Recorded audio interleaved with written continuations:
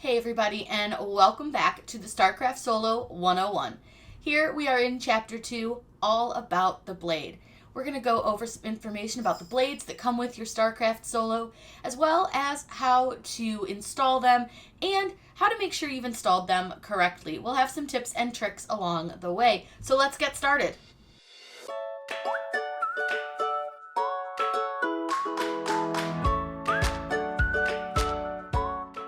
I'm going to show you guys the three items that come in the box. So you have your pen, you have your blade housing, and 3 blades. You get 2 red cap and 1 blue cap. The red cap is for most materials, and the blue cap is for a thicker material. I'm going to show you how to use both the blades as well as your pen adapter. The pen's great for checking depth and things like that, just to get used to your machine so you're not cutting material. These are the 2 blades that come with your machine. The red cap blade is best for cutting thinner materials like paper, cardstock, heat transfer vinyl, and regular permanent adhesive vinyl and removable adhesive vinyl. That's the best use for that. And then we have the blue one, and that is for a longer blade. So that is for thicker materials like gum paste, craft plastic, craft foam, and the rhinestone template material. You want to make sure that you use the right blade for the correct material. This is your blade housing, and it is really important. So we're going to go over the blade housing. You'll see that it has 2 gears at the top and then a little raised edge around the outside. That raised edge is where it will sit on top of in your blade holder on the machine. And then those gears are super important to your blade depth. And we'll go over some tips and tricks with the blade depth.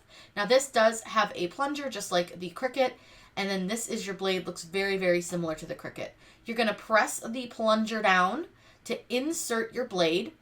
Once you have the blade inserted, release the plunger. Then what you're going to do is turn the brass ring counterclockwise until it has loosened.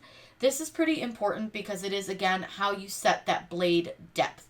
This is one of those parts that you really cannot skip, so make sure that you do that. Then what you're going to do is turn that large ring, so the silver ring, counterclockwise, and that's going to set the blade length to match the thickness of your material.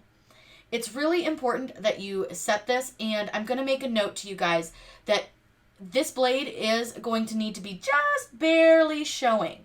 Just a little bit. You're just going to see how little tiny tip I have of that showing.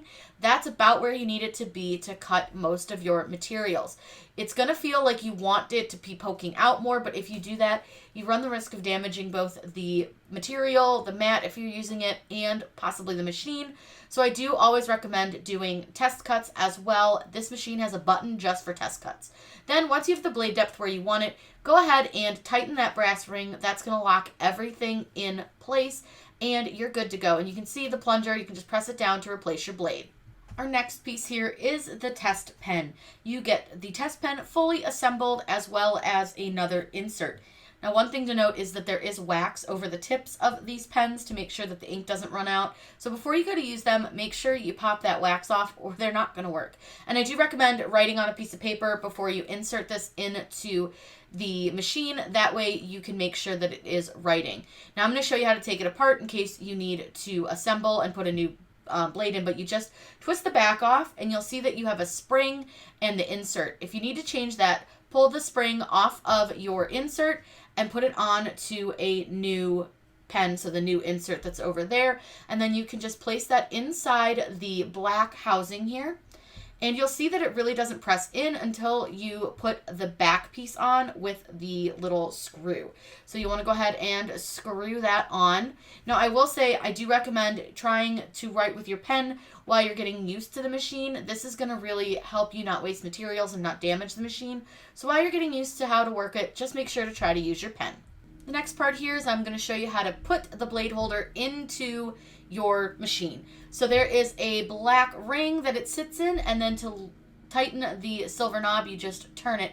You'll need to loosen it before you insert, and you'll see that there is that little ridge, and it sits right on top of the black ring. Just make sure that you have your silver knob tightened all the way. That's what holds your blade holder in nice and tight. We'll definitely do some more in-depth stuff on the blade soon. I hope you guys enjoyed Chapter 2, all about the blade. We will be back with Chapter 3, where I will show you all about your control panel on your machine. Have a great day and happy crafting.